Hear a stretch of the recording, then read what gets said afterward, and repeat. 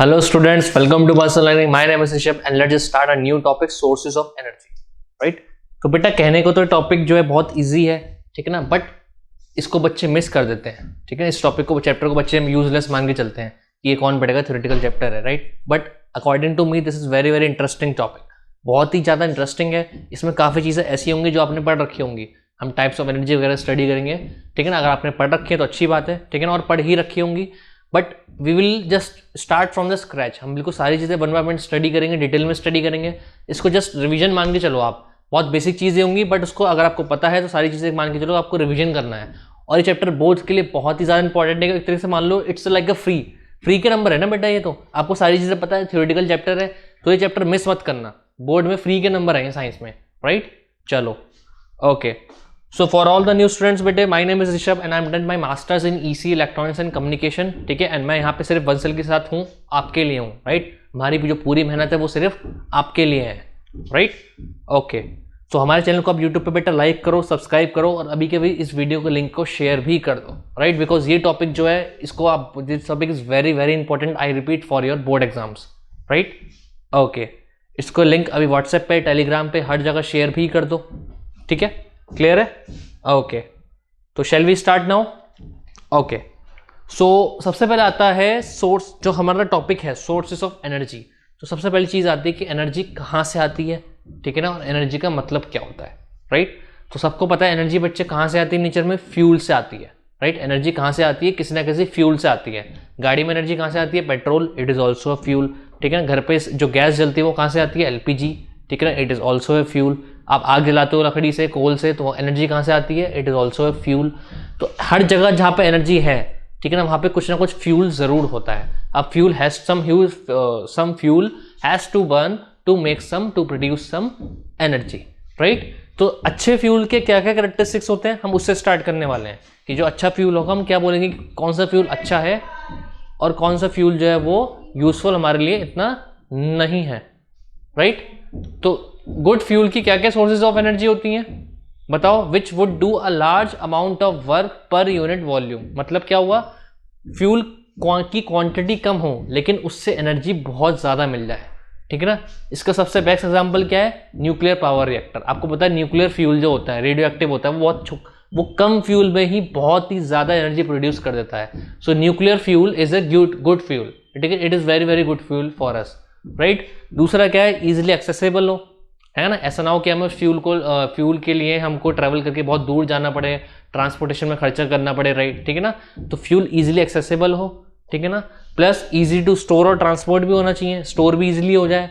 ऐसा ना हो कि फ्यूल को स्टोर करने में बहुत ज़्यादा हमें खर्चा करना पड़ रहा है, तो हमारा जो होगा आउटपुट ही रिड्यूस हो गया, प्रॉफिट कम हो गया। फिर लास्ट क्या है, source of energy has to be economical, जो मैंने बताया, हमारे रेंज में होना चाहिए, फाइनेंशियली इकोनॉमिकल होना चाहिए हमारे लिए। ऐसा नहीं है कि हम फ्यूल इतना ज़्यादा ले लें हाई कॉस्ट का कि हमारी कंपनी का जो है वो लॉस में जा रही है। तो गुड फ्यूल की सारी कैरेक्टरिस्टिक्स होती हैं, राइट। गुड फ्यूल की ये सारी कैरेक्टरिस्टिक्स होती हैं, और भी होती हैं बट मेन ये होती हैं। Is it clear? ठीक है, चलो करें आगे मूव। लिखना है इसको, पहले समझ लो, मैं स्लाइड लगा दूंगा वापस। तो classification of sources of energy, ठीक है ना। तो अब हमने जो पढ़ा है फ्यूल, तो फ्यूल किस किस फॉर्म में अर्थ पर प्रेजेंट है, उसको हम कैसे हार्नेस करते हैं, ये चीज़ें हम करने वाले हैं, ठीक है ना। कि सोर्स ऑफ एनर्जी को हम किस किस बेस पे क्लासिफाई कर सकते हैं, ठीक है। तो सबसे पहले आता है, दो टाइप की सोर्स आती है, रिन्यूएबल और नॉन रिन्यूएबल। ये सब आप पढ़ के आए होगे 6th-7th क्लास में, सबने पढ़ा होगा गेस, ठीक है। अगर पढ़ रखा अच्छी बात है, जस्ट रिवाइज इट, राइट। तो रिन्यूएबल सोर्स क्या होती है, which can be generated by us और which are constantly being generated by natural processes और होस्ट सप्लाई इज अनलिमिटेड। अब देखो, रिन्यूएबल का मतलब होता है तीन चीज़ों से, ठीक है ना। मैं बोलता हूँ कोई भी सोर्स ऑफ एनर्जी रिन्यूएबल है तो क्या होनी चाहिए, या तो उसको हम जनरेट कर सकें, तब उसको मैं बोलूँगा रिन्यूएबल है, या फिर उसको नेचर जनरेट करता रहे, तब मैं बोलूँगा, ठीक है ना, या जिसकी सप्लाई अनलिमिटेड हो। ये तीनों ही चीज़ें अगर किसी चीज़ में, इन तीनों क्राइटेरिया में अगर कोई फ्यूल फिट बैठ रहा है तो वो रिन्यूएबल होता है। Example, source of sun energy क्या है, सन पर अर्थ पर क्या है, सन है। तो सन क्या है, अनलिमिटेड है, ठीक है ना। सन नेचुरली प्रोड्यूस हो रहा है, तो सन क्या बोलेंगे हम, it's an renewable resource, right, it's an renewable resource, right. Tidal energy, जो हम वाटर से, टाइडल एनर्जी या वो हाइड्रोथर्मल एनर्जी जो हम वाटर से हार्नेस करते हैं, तो हम उसको प्रोड्यूस कर सकते हैं ना, ऐसा तो नहीं है ना एक बार वो फिनिश हो गई तो हम उसको फिर वापस नहीं ला सकते, right. So it is also a renewable resource, is it clear? ठीक है। नॉन रिन्यूएबल क्या होती है? जिसकी सप्लाई लिमिटेड है और जो एक बार फिनिश हो गई तो वापस नहीं आएगी। एग्जाम्पल क्या है? फॉसिल फ्यूल या कोल या पेट्रोल, है ना। पेट्रोल एक बार गया तो गया, you can't retrieve it back, so और you can't even produce it, ठीक है ना, उतने अमाउंट में प्रोड्यूस भी नहीं कर सकते, राइट। ठीक है, तो पेट्रोल इज नॉन रिन्यूएबल, उसकी क्योंकि उसकी सप्लाई क्या है? लिमिटेड है, ठीक है ना। इस पॉइंट से आप समझ सकते हो कि पेट्रोल की सप्लाई लिमिटेड है, तो इसलिए हम उसको नॉन रिन्यूएबल मान के चलेंगे, ठीक है ना। क्लियर है बात?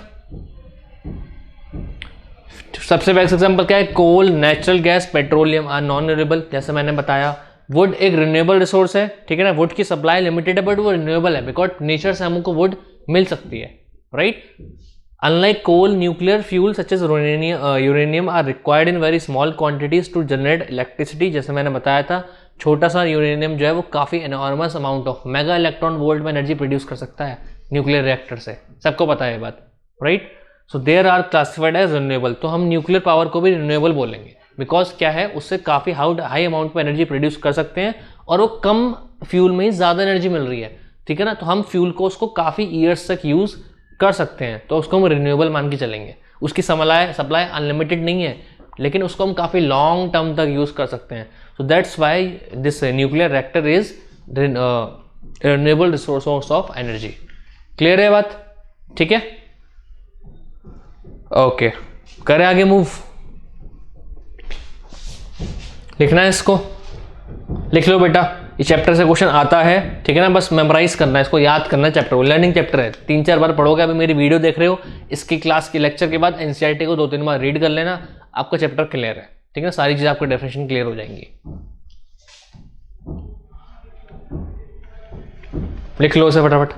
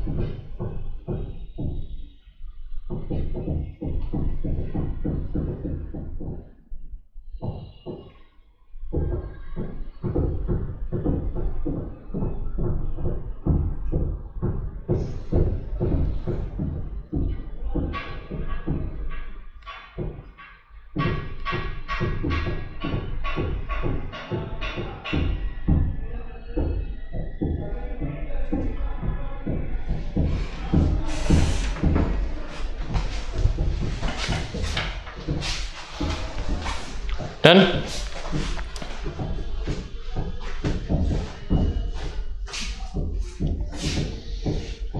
ठीक है, चलो अब दूसरे टाइप की सोर्सेज आती हैं, ठीक है ना। That is conventional and non conventional. तो कन्वेंशनल सोर्स कौन सी होती हैं? The source of energy that have been in use for centuries, जो हम काफी लॉन्ग टाइम से यूज कर रहे हैं। एग्जाम्पल कोल, पेट्रोलियम, फ्लोइंग वाटर, ये सारी क्या है? कन्वेंशनल सोर्सेज हैं, ठीक है ना। ये सारी जो हैं ये सब कन्वेंशनल सोर्सेज हैं। नॉन कन्वेंशनल में क्या आती हैं? जो हम आज के टाइम पे यूज कर सकते हैं, ठीक है ना। तो कन्वेंशनल में और क्या पॉइंट आया हुआ है? Conventional sources like coal, petroleum are non renewable but flowing water is renewable. तो कन्वेंशनल में रिन्यूएबल और नॉन रिन्यूएबल दोनों कैटेगरी आ जाती हैं। Is it clear? ठीक है। फिर आता है source of energy we have started using in new ways, ठीक है ना। जो एडवांस वेज हैं, जो रिसेंट वेज हैं या जो ऑल्टरनेटिव वेज हैं, वो जो होते हैं वो होते हैं कन्वेंशनल वेज, और that energy are known as वो जो वेज है सॉरी वो होते हैं non conventional ways, and that energy sources are known as non conventional sources of energy.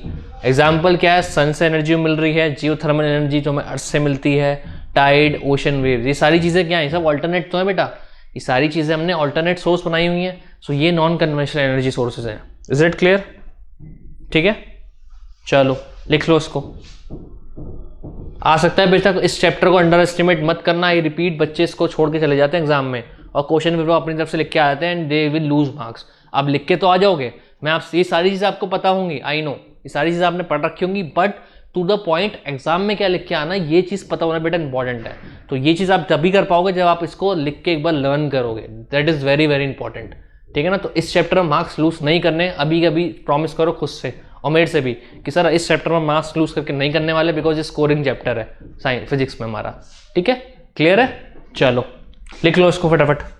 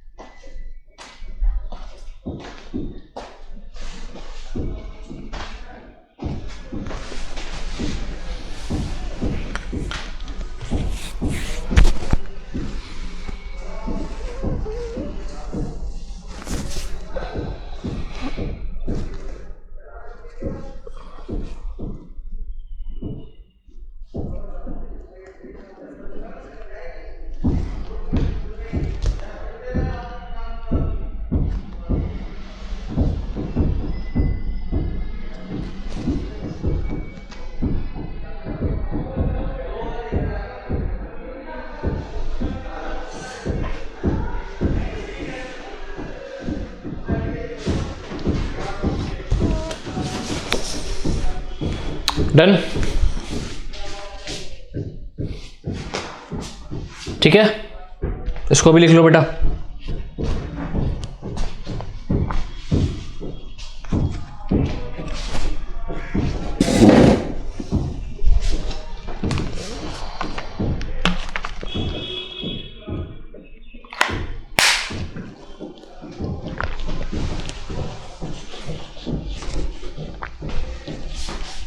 चलो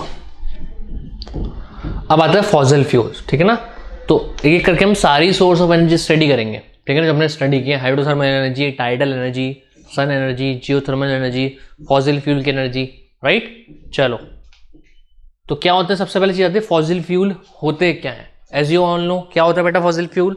fuels that are formed from the remains of dead plants and animals. ठीक है ना, अब जो हमारे पास कोल मिलता है अर्थ के सरफेस से, तो वो कोल का रीजन क्या है? Because dead plants were buried millions of years ago in the surface of the earth. ठीक है ना, उस टाइम कुछ एपोकलिप्स आया होगा, so all those plants were buried, या हमने ही काट के उसको प्लांट्स को कट करके अंदर बरीड कर दिया होगा। ठीक है ना, वो बरीड समहाउ हो गए होंगे। So millions, it takes millions of years to convert that dead plant into coal and we can harness that coal now. So these are known as the fossil fuels. Fossil fuel और भी होते हैं, dead plants, जो dead animals के remains होते हैं उनको भी बेटा फॉसिल फ्यूल बोलते हैं। आपने देखा होगा म्यूजियम वगैरह में कभी गए होगे, so you can see the fossil fuels of plants of animals. Dinosaur के फॉसिल्स आपको मिल जाएंगे, जो पुराने टाइप के एनिमल्स थे, स्नेल्स वगैरह थे, मतलब काइंड ऑफ स्नेल जैसे दिखने वाले काफ़ी एनिमल्स थे काफ़ी। ठीक है ना, तो उन सब के आपको फॉसिल्स मिल जाएंगे, नेट पे भी देख सकते हो, गूगल पे देख लेना, सबके फॉसिल आपको मिल जाएंगे। ठीक है ना, सो उनको हम बोलते हैं फॉसिल फ्यूल। तो फॉसिल फ्यूल्स, ठीक है ना, जो वो फॉसिल्स होते हैं, अगर उसको मैं फ्यूल बना के यूज कर सकता हूं, so that are known as fossil fuels. Is it clear? तो these were produced by complex process with the help of series of natural events over millions of years, right. अब देखो अर्थ के surface में plants वगैरह buried हो गए या elements buried हो गए समहाउ, तो होता क्या है, they are under high temperature और हाई प्रेशर, है ना, वो प्रेशर ज़्यादा पड़ रहा है, टेम्परेचर ज़्यादा पड़ रहा है। So these two factors play a very important role in the formation of the fossil fuel. So it takes millions of years to make the fossil or to form fossil fuel. तो it is estimated that 25% of our total energy consumption coal से आता है। ठीक है ना, अब तो ये चीज़ हम कम करते जा रहे हैं बिकॉज पॉल्यूशन बहुत ज़्यादा होता जा रहा है इन चीज़ों से, फॉसिल फ्यूल से पॉल्यूशन भी बहुत ज़्यादा होता है। हम एडवांटेज पढ़ेंगे इन सबके एडवांटेज और डिसएडवांटेज, ठीक है ना। तो बट हमारा जो एवरेज कंजप्शन है वो अभी भी 25% है। We have to reduce it. जो हमारी कार्बन आउटपुट है उसको हमको रिड्यूस करना है, जो ठीक है ना, जो कार्बन फुटप्रिंट होता है, we have to reduce it to minimum so that our environment get sustain. Is it clear? ठीक है। तो more than 90% of this coal is use for electricity generation from in thermal power plant, ठीक है ना। Electricity generation thermal power plant में जो हम use करते हैं, ठीक है ना, पढ़ेंगे इसको भी, थर्मल पावर प्लांट भी पढ़ेंगे, बट जस्ट इसका एक आइडिया ले लो आप। क्लियर है? चलो सो अब आता है थर्मल एनर्जी। तो ठीक है ना, फॉसिल फ्यूल से कौन सी एनर्जी बनती है? Thermal energy. और थर्मल एनर्जी कहाँ यूज होती है? थर्मल पावर प्लांट में। तो थर्मल एनर्जी क्या होती है? In most thermal power plant coal is burn to heat water for producing steam, ठीक है ना। इसकी बेटा इसको पहले विजुलाइज कर लो, देखो इसको पहले विजुलाइज कर लो, फिर आते हैं स्लाइड पर। देखो क्या बताया हमने, ये आपका थर्मल पावर प्लांट है, this is your thermal power plant, ठीक है। सबने देखा होगा, आई गेस कुछ बच्चों ने देखा भी होगा या कहीं ना कहीं। तो होता क्या है, देखो हमने यहाँ पे रिएक्टर वेसल लगा दिया, यहाँ पे हम क्या कर रहे हैं, बेसिकली हीट प्रोड्यूस कर रहे हैं। थर्मल पावर प्लांट में क्या होता है, हमने जो रेड रेड आप देख रहे हो, ये हीट प्रोड्यूस हो रही है, ठीक है ना। यहाँ पे प्रेशराइजर लगा रखा है, यहाँ पे एक रोटेट हो रहा है टरबाइन, यहाँ पे हीट प्रोड्यूस हो रही है, ठीक है ना। हीट घूम रही है। ये हीट किससे पास हो रही है? ब्लू वाटर का कंटेनर है, इससे पास होगी। तो ये वाटर क्या हो जाएगी? एवोपरेट हो जाएगी, राइट, और ये स्टीम बन जाएगी। अब वाटर स्टीम की फॉर्म में high pressure water, high pressure से जाती है, ये हाई प्रेशर की फॉर्म में यहाँ जा रही है। तो जब स्टीम इससे टकराएगी तो स्टीम हाई प्रेशर में है, right, steam has very high energy और हाई प्रेशर। तो ये टरबाइन होता है, ये टरबाइन रोटेट करेगा, है ना, टरबाइन रोटेट करेगा। अब ये टरबाइन किसके साथ कनेक्टेड है? जनरेटर के साथ। तो तुम देखो, तुम्हें बेसिकली करना क्या है, हमने बेटा magnetic effects of electric current में पढ़ा है कि you have to rotate the turbine, है ना, पढ़ा है ना, कि मैग्नेटिक कॉइल को जब आप फील्ड में घुमाओगे तभी तो करंट इंड्यूस होगा। तो you have to rotate the coil, you have to constantly rotate the coil in magnetic field. हमने पढ़ी है ये चीज़। जिसने वो लेक्चर नहीं देखा बेटा, is available on our channel, just do buy the subscription and you will get that, right. तो हमने क्या देखा था कि किसी भी कॉइल को अगर आप मैग्नेटिक फील्ड में घुमाओगे तो फ्लक्स चेंज होता है, मैग्नेटिक फील्ड चेंज होती है और उसमें करंट इंड्यूस होता है। तो हमें करना क्या है, बस जनरेटर का टरबाइन घुमाना है, आपको बस टरबाइन उसका रोटेट करना है। If you rotate the turbine you will get some electric current, alternating current आपको मिल जाएगा, राइट। तो यहाँ कौन कर रहा है वो काम? स्टीम कर रही है। तो स्टीम इसलिए उसको बोलते हैं थर्मल एनर्जी। सो स्टीम इस टरबाइन को, जनरेटर को रोटेट कर रही है और यहाँ से क्या हो रहा है, इलेक्ट्रिसिटी बन रही है और आपको वो सिटीज तक पहुँचती है। तो this is how thermal power plant works, ठीक है, क्लियर है। अब हुआ क्या, स्टीम की एनर्जी यूज तो हो गई, ठीक है ना। तो स्टीम से हमें वापस वाटर बनाना पड़ेगा, है ना, ठीक है ना, क्योंकि स्टीम की एनर्जी तो यूज कर रहे हैं, स्टीम कंज्यूम नहीं हो रही ना। तो स्टीम को हम एक कंडेंसर से पास करते हैं। कंडेंसर क्या करता है, ये स्टीम को ठंडा करके वापस उसको वाटर में कन्वर्ट कर देगा। तो आप देख रहे हो ना, स्टीम थी और यहाँ पे वाटर ड्रॉपलेट बन रही है, वो ड्रॉप होकर यहाँ पानी बन रहा है और पानी वापस जा रहा है यहाँ। तो ये पूरी एक साइकिल है। तो यहाँ पे आप देख रहे हो कुछ एनर्जी का लॉस तो हो ही नहीं रहा, है ना, वाटर गई और वापस भी आ रहा है। तो दिस इज रिन्यूएबल रिसोर्स। हमारे लिए ये एक तरीके से रिन्यूएबल रिसोर्स है। वाटर क्या है, एक रिन्यूएबल रिसोर्स है। Is it clear? ठीक है, फंडा क्लियर हो गया। So this is how thermal power plant works. The steam fall on the blades of special kind of wheel called turbine. Turbine एक डिवाइस होता है that rotates when steam, water और wind fall on its blades. Right? ठीक है ना, blade पे जैसे steam गिरेगा, वाटर गिरेगा, the blade start to rotate. The turbine turns the shaft of electric generator which it is connected. है ना, पढ़ा था हमने, कॉइल होती है, कॉइल को घुमाओगे तो कॉइल को घुमाते उसमें करंट इंड्यूस हो जाएगा and electricity is produced. Is it clear? ठीक है, सो this is how thermal power plant work. और आई डोंट थिंक सो बच्चे इट्स ए ईजी और इतनी ज़्यादा एक्सप्रेशन आपको कहीं मिलने वाली है। बुक में भी आपको इतनी एक्सप्रेशन नहीं मिलेगी एनसीईआरटी वगैरह में, ठीक है। तो इस वीडियो को अभी भी अगर शेयर नहीं किया है तो just do share it now, ठीक है, and do subscribe it. Okay, तो बेटा इसको लिख लो, ठीक है ना, ये थर्मल पावर प्लांट आता है, ठीक है ना, this is very very important. चलो लिखो इसे फटाफट।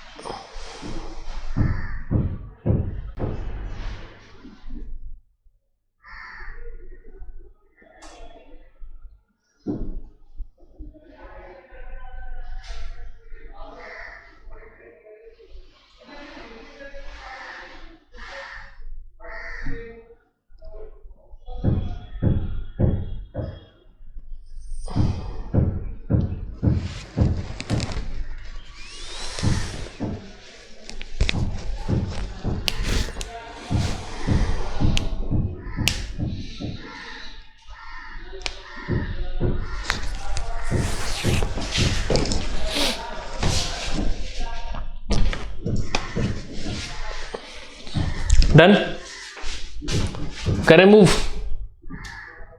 ठीक है, कर लिए बच्चे विजुलाइज, ओके। सो अब आते हैं फॉसिल फ्यूल की डिसएडवांटेजेस। एडवांटेज सबको पता चल गई, ठीक है ना, उसको हम यूज कर रहे हैं, यही सबसे बड़ी एडवांटेज है हमारे लिए। अब बेटा इसकी कुछ डिसएडवांटेज होती हैं, so that's why it use has to be stopped. इसका यूज हम अब बेयर मिनिमम कर रहे हैं विद टाइम। तो क्या डिसएडवांटेज होती हैं? Fossil fuel like coal and petroleum burns when burn produces carbon dioxide. सबको पता है बात, सबको पता है ना बेटा, फॉसिल फ्यूल किससे बने होते हैं? फॉसिल फ्यूल किससे बने होते हैं बताओ? कार्बन से बने होते हैं। और if you burn them in air, if you burn them in air, ठीक है ना, तो it will produce carbon dioxide, carbon monoxide, मतलब कार्बन की ऑक्साइड मिलती है हमको, right. And these are very harmful pollutants. ये गैस कौन सी होती हैं? कार्बन मोनोऑक्साइड तो हमारी बॉडी के लिए भी हार्मफुल होती है, बट पॉल्यूटेंट ये दोनों होते हैं, कार्बन डाइऑक्साइड और मोनोऑक्साइड, राइट। तो carbon dioxide causes global warming, सबको पता है ये बात। So leading to unnatural global warming, ठीक ना, क्लियर है। फिर क्या बोला है? Coal and fossil fuel do not burn completely, carbon monoxide is produce, है ना। इनकम्प्लीट जब कंबशन होता है तो कार्बन मोनोऑक्साइड बनती है, right. So excessive inhalation of this poisonous gas can cause death. Carbon monoxide बेटा ज्यादा इंटेक कर लोगे तो क्या करती है? हीमोग्लोबिन से कंबाइन हो जाती है और हीमोग्लोबिन ऑक्सीजन कैरी फिर नहीं कर पाता, right. So that's why the use of carbon dioxide और कार्बन मोनोऑक्साइड, ठीक है ना, the inhalation of carbon dioxide has to be stopped. Is it clear? So that's why अब हमने क्या किया है, विद टाइम फॉसिल फ्यूल का यूज बिल्कुल बेयर मिनिमम कर दिया है। अभी भी इंडिया में काफी जगह यूज होता है, ठीक है ना, बट इसको हम बेयर मिनिमम कर रहे हैं, एंड करना ही पड़ेगा अगर आपको नेचर को बचाना है, राइट। क्लियर है? तो अब तो मेरी बच्चे आपसे ये रिक्वेस्ट है कि जहां भी फॉसिल फ्यूल आप यूज कर रहे हो, just try to find an alternative for that, because the time has come to save the nature. अब नेचर में आपको ह्यूमंस की हमारी रिस्पॉन्सिबिलिटी है कि नेचर से हमने सारी चीजें लेते हैं, तो नेचर को बचाना भी हमारी वो है, राइट। चलो करें मूव, लिखना है इसको, लिख लो बेटा, आ सकता है। देखो जो भी हम फॉसिल फ्यूल पावर प्लांट वगैरह पढ़ेंगे, ठीक है ना, वो उसकी फंक्शनिंग कैसे होती है, कैसे काम करता है, ये बात आपको पता होनी चाहिए। बट एग्जाम में उससे क्या आने के चांसेस होते हैं, उसके एडवांटेज और उसकी डिसएडवांटेज, ये दो क्वेश्चन आने के चांसेस ज्यादा होते हैं सारे मॉडल से हमारे पास, राइट। तो ये जरूर लिख लो जो मैंने बताया हुआ है अभी।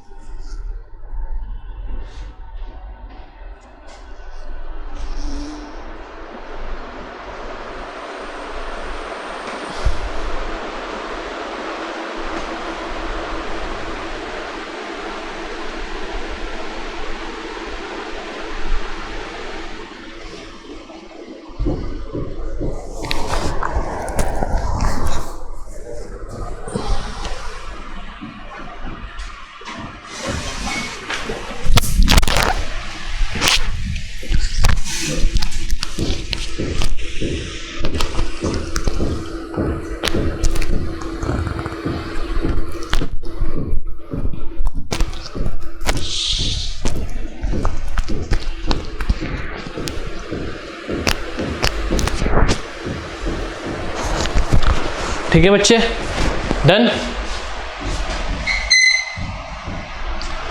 सो क्या होता है और देख लेते दो points. During the combustion of the coal, sulphur present in its form sulphur dioxide in air, the sulphur dioxide combined with oxygen and water to form sulphuric acid. सबको पता है बेटा ये बात। क्या रिएक्शन होती है बताओ, क्या रिएक्शन होती है?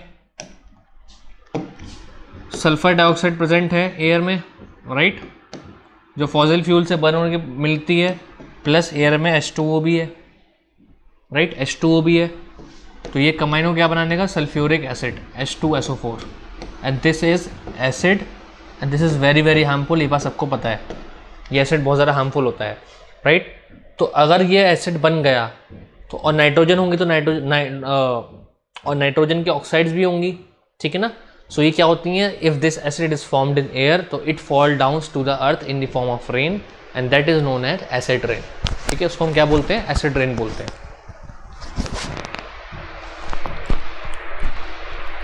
ठीक है। The burned particles producing the combustion of fossil fuel are carried by smoke. They affect our lungs and the blackened clothes and buildings. सबको पता है ये बात, जो कोल वगैरह अगर बर्न हो रहा है तो उससे स्मोक भी बेटा बहुत ज़्यादा प्रोड्यूस होता है और ब्लैक स्मोक प्रोड्यूस होता है, जो फैक्ट्रीज वगैरह आपने देखा होगा। So that black smoke causes irritation in our eyes. If we exhale it, तो our lungs will be damaged surely, ठीक है ना। जैसा आजकल हो रहा है, दिल्ली में बहुत ज़्यादा पॉल्यूशन है, आपको पता है NCR में, ठीक है ना। तो हो क्या रहा है, दिस इज ब्लैक स्मोक, ये स्मोक ही तो है जो पोल्यूटेंट वगैरह से जो निकल रहा है, जो व्हीकल से निकल रहा है, तो हम उसको इनहेल कर रहे हैं, तो ठीक है, इनहेल कर रहे हैं तो हमारे लंग्स पे इफेक्ट हो रही है, हमारे आइज़ पे इफेक्ट हो रही है, हमारी नोज इफेक्ट हो रही है, तो हमारी बॉडी कहीं ना कहीं इफेक्ट बेटा इससे हो रही है, right. So that's why we have to now stop the use of these fossil fuels. So just we are moving to the electric vehicles now. हम हाइब्रिड व्हीकल्स आ रहे हैं, आप काफ़ी कंपनीज जो है हाइब्रिड व्हीकल्स अपनी ला भी चुकी है इंडिया में, जैसे MG हेक्टर वगैरह हो गया, राइट, ठीक है। तो just we are moving towards the electrical vehicles now, so to reduce this carbon emission. So that is the future of our technology, ठीक है। सो ये चारों पॉइंट्स होते हैं बेटा किसके, डिसएडवांटेजेस ऑफ फॉसिल फ्यूल्स, ठीक है। देखो इन्हें भी दोनों को,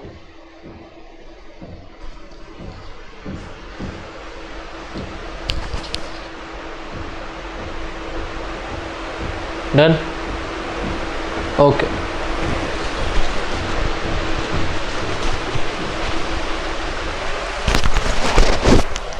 डन,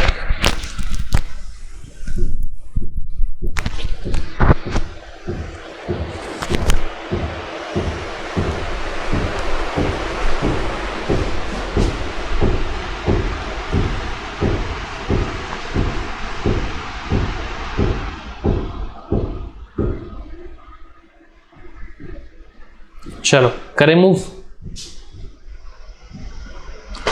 नेक्स्ट आता है hydro energy, right, hydro energy.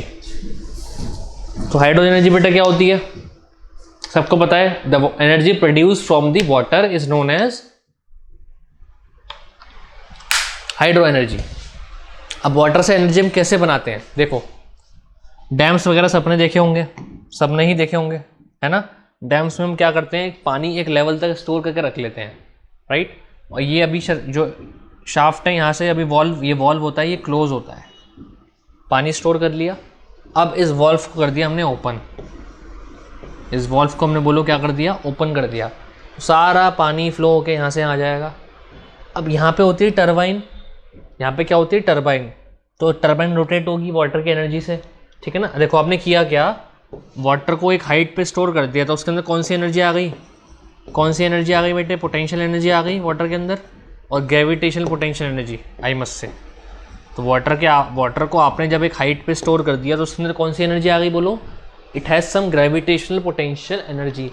अब जैसे आपने वॉल्व ओपन किया, ये सारी एनर्जी किस में कन्वर्ट हो गई, काइनेटिक एनर्जी में, ठीक है ना, सारी एनर्जी काइनेटिक में कन्वर्ट हो गई। Now this turbine will rotate, और रोटेट होने से क्या होगा, इलेक्ट्रिसिटी जनरेट होगी and you will get your power, right. तो पोटेंशियल एनर्जी कन्वर्ट हो रही है काइनेटिक में, काइनेटिक चेंज हो रही है शाफ्ट में, मतलब मैकेनिकल एनर्जी में, और वो मैकेनिकल कन्वर्ट हो रही है इलेक्ट्रिकल में। Is it clear? So this is how you can harness the energy of water और hydro energy. Is it clear? ठीक है, फंडा क्लियर हुआ? ओके, अब इसको कर रहे हैं रीड एक बार। तो हाइड्रो इलेक्ट्रिसिटी क्या होती है? Electricity generated by using the kinetic energy of flowing water is called hydro electricity. The electric power thus generated is called hydro electric power. ठीक है, एज अ नेम सजेस्ट। तो इसमें करते क्या है, हाई डैम कंस्ट्रक्ट करते हैं एक साइड पे रिजर्वेयर के, ताकि वाटर को वो होल्ड कर सके। वाटर फ्लो डाउन करता है पाइप के through top of the dam to generator top of the dam to the generator house flow, जो नीचे वाटर फ्लो के आ रहा है। It strike the blade of water turbine with tremendous speed, make it rotate, और rotate होगा तो turbine rotate the shaft of generator to which it is connected and then you will get your then electricity is produced. Is it clear? So this is how hydropower plant works. Clear है बात? ठीक है, चलो बेटा लिख लो, उसको भी लिखते जाना बेटा, सिर्फ रीड करके मत छोड़ देना, लिखोगे तभी चैप्टर, आई रिपीट ये चैप्टर लर्निंग है, बायो की तरह ही है, लिख के करोगे उतना ही बेटर आंसर एग्जाम में लिख पाओगे। ठीक है, चलो लिखो।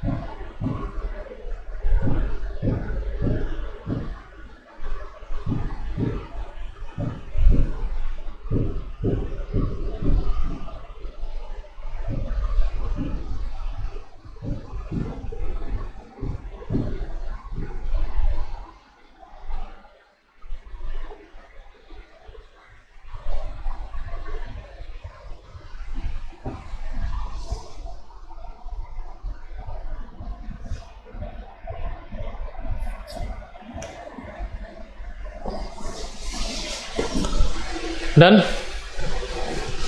ठीक है बच्चे, पॉइंट्स बना के इसमें जैसे मैंने बताया है। ओके, अब इसके एडवांटेजेस क्या आती हैं बताओ, क्या होती है बच्चे एडवांटेजेस की? सबसे पहली चीज़ क्या है, ये फ्री है और रिन्यूएबल है ना। मैंने बताया कि वाटर की एनर्जी आपको, आप उसको यूज़ ही कर रहे हो, वाटर को स्टीम में कन्वर्ट कर रहे हो, फिर वापस वाटर में कन्वर्ट कर रहे हो। सो ये कम्प्लीटली आपके हैंड में है, ये आपके क्या है, काफ़ी ज़्यादा अमाउंट में प्रेजेंट है। अनलिमिटेड नहीं बोलेंगे, काफ़ी ज़्यादा अमाउंट में प्रेजेंट है, प्लस इसको आप वापस बना सकते हो एनर्जी को। ऐसा नहीं है कि एक बार लॉस हो गई तो it we can't retrieve it back. Highlights the energy of flowing water is pollution free होता है। सबसे इंपॉर्टेंट चीज़ है बेटा, ये सबसे इंपॉर्टेंट पॉइंट है कि ये पॉल्यूशन फ्री है। क्या पॉल्यूशन हो रहा है इसमें बताओ? आपका कोई पॉल्यूशन नहीं हो रहा ना, सब एनर्जी को कन्वर्ट ही तो कर रहे हो। दूसरी चीज़, कोई स्मोक नहीं बन रहा, कोई केमिकल यूज़ नहीं हो रहा, ना कोई केमिकल प्रोड्यूस हो रहा, बस एनर्जी कन्वर्ट हो रही है।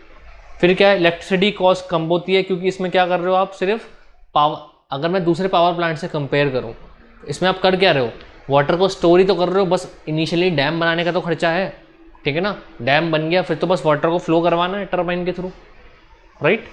Flowing water is more reliable source of energy than wind, ठीक है ना, क्योंकि फ्लोइंग वाटर हमारे हाथ में है, उसको कितनी स्पीड से फ्लो कराना है, कहाँ फ्लो कराना है, कब फ्लो कराना है, this is completely in our hands, ठीक है ना। विंड में क्या होता है, हमारे हाथ में नहीं है, विंड जब फ्लो कर रही है तभी एनर्जी बनेगी, और जब फ्लो नहीं कर रही तब एनर्जी वो नहीं यूज कर सकते हम। Is it clear? ठीक है, तो इसकी डिसएडवांटेज क्या बनेगी? जैसे मैंने बताया अभी, dams build for large electro power plant submerge a large area of land under water. Dam has to be very large and it takes a very huge amount of cost to construct a dam. तो सबसे main इसकी disadvantage यही आती है, एक बार dam बन गया तो वन टाइम इन्वेस्टमेंट है। तो large hydro electric power plants are expensive to build, not all rivers and not all areas are suitable for power plant. सारे एरिया सुटेबल नहीं होते डैम बनाने के लिए, ठीक है ना, उसकी जोग्राफिकल कंडीशन भी देखी जाती हैं। सो ये 3 इसकी डिसएडवांटेज आती हैं। Is it clear? ठीक है, चलो लिख लो बेटा इसे, अभी के भी लिख लो।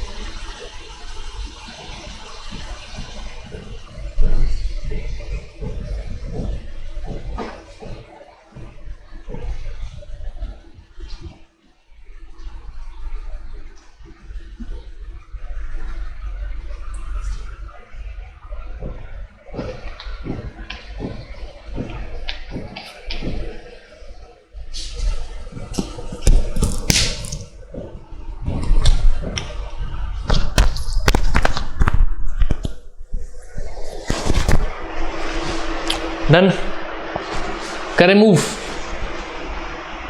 ओके, अब आती है विंड एनर्जी। राइट, आपने विंड टर्बाइन ऐसे देखे होंगे, ठीक है ना, रियल में देखे हैं। वैसे इंडिया में काफ़ी कम जगह है, गुजरात वगैरह में ज़्यादा है, राजस्थान वगैरह में, आपको एनसीआर वगैरह में नहीं मिलेंगे ऐसे, अगर आप एनसीआर से हो, but you must have seen in pictures as well. Right, तो विंड टर्बाइन, इस दिस टर्बाइन रोटेट्स, और इससे क्या होता है, नीचे शाफ्ट कनेक्टेड होता है, तो शाफ्ट रोटेट होगा जनरेटर का शाफ्ट रोटेट होगा, तो you will get some energy, you will get your electric power. ठीक ना, क्लियर है? तो देखो, सो क्या होता है, a moving mass of air, उसको विंड बोलते हैं, सबको पता है ये बात। Wind mill is a device in which energy of the wind is use to rotate the blade. यहाँ पे हम विंड की एनर्जी यूज कर रहे हैं, वहाँ पे हम हाइड्रो पावर प्लांट में वाटर की एनर्जी यूज कर रहे थे।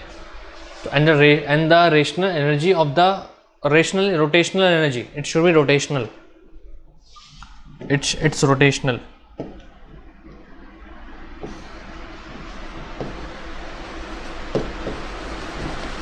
rotational energy of the blades is used to do some work. Specially designed wind turbine is connected to shaft of the small generator, है ना।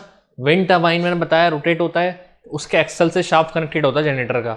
जैसे वो रोटेट होगा विंड से, जितनी स्पीड से वो रोटेट होगा उतनी स्पीड से जनरेटर का शाफ्ट रोटेट होगा, और उतना ही ज़्यादा करंट प्रोड्यूस होता है। Is that clear?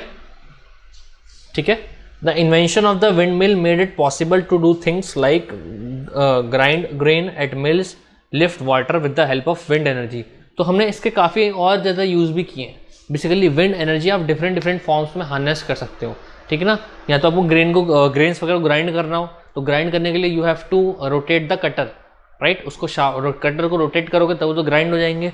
फिर क्या है, लिफ्ट वाटर, तो वाटर को लिफ्ट करने के लिए भी यूज़ कर सकते हैं कि आपने उससे क्या करा, जो टरबाइन है उससे रोप कनेक्ट करके एक पुली के अलॉन्ग उसको कनेक्ट कर दिया। तो जैसे जैसे वो टरबाइन रोटेट होगा, रोप रोटेट होगे, क्या होगा, जो बकेट है you can pull the water from the well, right. So इसके अलग अलग वेज हैं विंड एनर्जी को हार्नेस करने के। Is it clear? ठीक है, ओके। तो बेटा इसके एडवांटेज क्या आती हैं? सबसे पहली चीज़ है ये फ्री है, विंड इज फ्री, विंड में किसी का कोई खर्चा नहीं लग रहा, right. Harnessing wind energy is pollution free, as you all know. With smoke chemical वगैरह कुछ भी इसमें रिलीज नहीं होता, ना इसकी प्रोडक्शन में यूज होता, ना इसमें वो प्रोड्यूस होता। Small wind electric power can set up near the factory to provide pollution free power for its use, ठीक है ना। मतलब जितनी भी अपनी पावर है सबके नियर बाय अपना विंड मिल होना चाहिए, ठीक है ना, जहाँ पे पॉसिबल है ये लगाना। So you can harness the energy for free. Clear है बात? बट इसकी डिसएडवांटेज भी आती हैं। क्या है? सबसे पहली कि बेटा wind energy can not be harnessed at places where wind does not blow regularly. सबसे बड़ा ये डिसएडवांटेज है इसकी। अब विंड हर जगह नहीं लगा सकते, विंड की एक रिक्वायरमेंट होती है, विंड स्पीड, मतलब एक खुला एरिया चाहिए होता है, काफ़ी बहुत बड़ा खुला एरिया चाहिए होता है जहाँ पे विंड इजीली फ्लो कर सके। आप सिटीज़ में तो विंड मिल लगा ही नहीं सकते, क्या तो बिल्डिंग्स वगैरह सब विंड को रोक लेती हैं, ठीक है ना। सो सबसे बड़ी डिसएडवांटेज इसकी यही होती है। सेकंड क्या है? Wind is not dependable source of energy because sometimes the air is absolutely still, sometimes there are storms. तो कभी तो विंड बहुत ज़्यादा तेज चलती है, कभी बिल्कुल थमी हुई है, right. So it depends on the nature, हमारे हाथ में नहीं है। जब विंड होगी तब एनर्जी मिलेगी, विंड नहीं होगी तो नहीं मिलेगी। इट्स लाइक सोलर एनर्जी, सन है तो एनर्जी मिल रही है, उसको तो हम स्टोर भी कर सकते हैं, बट इसको स्टोर भी कहाँ करोगे, राइट, ठीक है। तो बेटा इसकी डिसएडवांटेज आती है एग्जाम में, इसको लिख लो।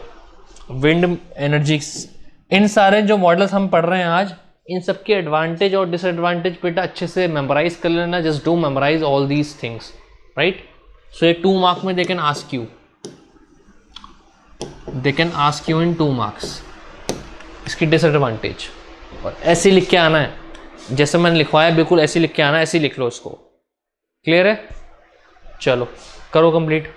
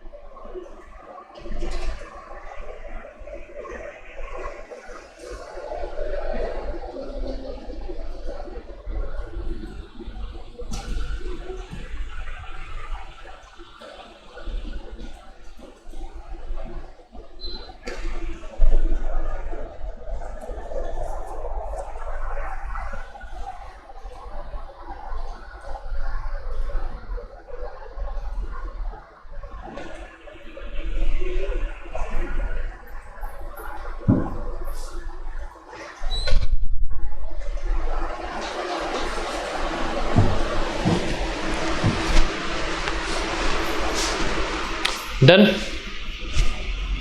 करें मूव? ओके। सो इसका क्या स्कोप है विंड एनर्जी का इंडिया में? It is estimated that India can produce more than 45,000 milli watt. 45,000 milli watt कितनी एनर्जी हो गई? 1 milli watt is equals, sorry megawatt, not milli watt, is equals to 10 की power 6 watts. समझ रहे हो कितनी एनर्जी हो गई है? So India can produce this much of energy by wind energy. So by 2005 India had an installed wind electric capacity of इतने 2500 megawatt. This made India among top 5 producers of electricity from wind along Germany, USA, Denmark and Spain. The state leading in wind electric generation was Tamil Nadu.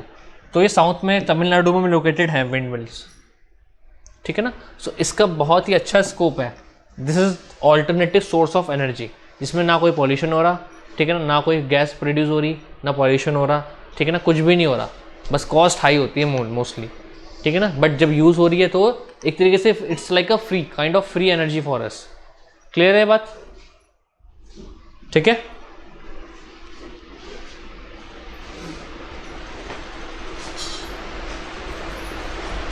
So next आता है बेटा biomass, ठीक है. This is the last topic of today's class. क्या होता है biomass? It is an organic matter from which we can get energy on a renewable basis. आपको energy मिल सकती है ऑन रिन्यूएबल बेसिस, ठीक है ना.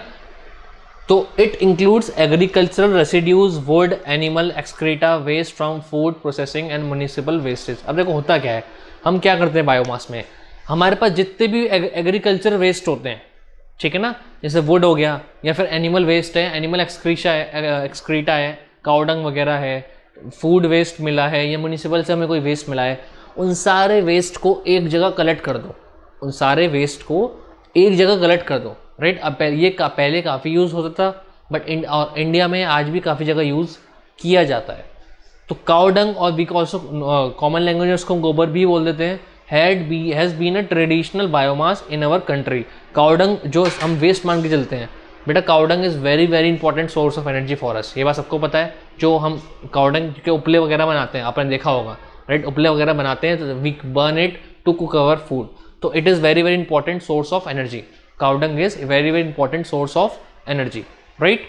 सो since plants trap solar energy in the form of food and animal eat plants, ultimate source of biomass is the sun. सबको पता है ये बात. प्लांट्स और एनिमल्स किस पर डिपेंडेंट हैं? They are dependent on the sun. तो सन से ही उनको एनर्जी मिल रही है and they are producing biomass. तो बायोमास का अल्टीमेट सोर्स ऑफ एनर्जी क्या हो गया? सन. और हमारी अर्थ का अल्टीमेट सोर्स ऑफ एनर्जी क्या है? सन ही है, ठीक है ना. सन नहीं होगा तो कुछ भी एग्जिस्ट नहीं करेगा, right. So we harness the energy from that biomass.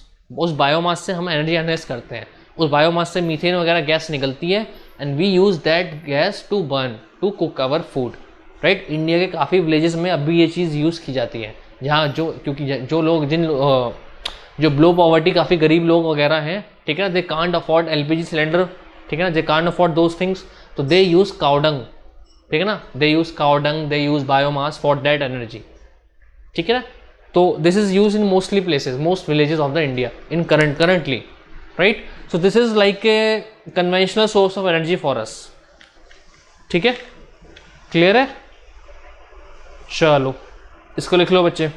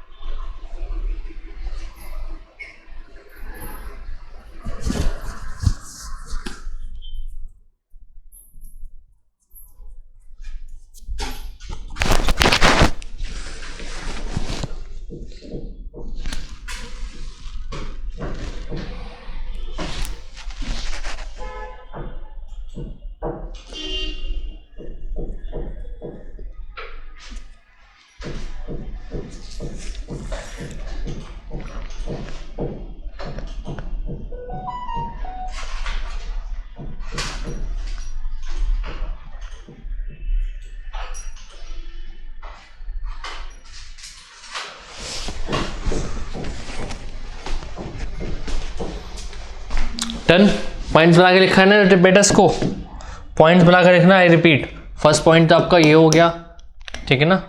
Second point क्या आ जाएगा, सेकंड पॉइंट यहाँ से आ जाएगा, थर्ड पॉइंट यहाँ से आ जाएगा। हमेशा पॉइंट्स बना के लिखा करो, और बोर्ड में भी बच्चे पॉइंट्स बना के ही लिख के आना, यू विल मार्क्स मिलने के चांसेस बढ़ जाते हैं, ठीक है। अब इसको अगर पैराग्राफ के फॉर्म में लिख दोगे तो इतना अच्छा इंप्रेशन नहीं पड़ेगा। क्लियर है, ठीक है।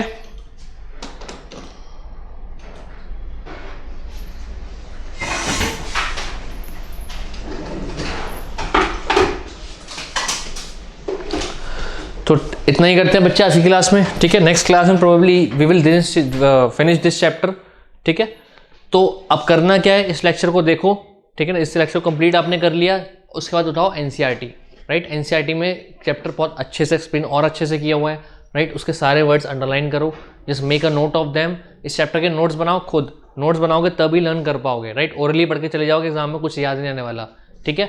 नोट्स बनाओ, देखो एनसीईआरटी में क्या कौन कौन से क्वेश्चंस आए हुए हैं इस चैप्टर से, रिपीटेटिव क्वेश्चंस आए हुए हैं इस चैप्टर से, ठीक है ना। वही क्वेश्चन रिपीट हो जाते हैं, तो उसको कर लो। उसके बाद क्या है, ठीक है ना, उसके बाद हमारा मटेरियल उठाओ। अगर आपका सब्सक्रिप्शन नहीं है, जस्ट बाय इट, ठीक है ना। कोविड के टाइम पे हम लोग डिस्काउंट भी प्रोवाइड कर रहे हैं, तो मटेरियल जस्ट उसको बाय करो, सब्सक्रिप्शन लो, ठीक है ना। उससे स्टडी करो, राइट। और इस चैप्टर को छोड़ना मत। आई रिपीट, इसको लिखकर इसके नोट्स बना लेना, राइट। नेक्स्ट क्लास में इस चैप्टर को हम फिनिश कर लेंगे प्रोबेबली, ठीक है। चलो, ऑल द बेस्ट।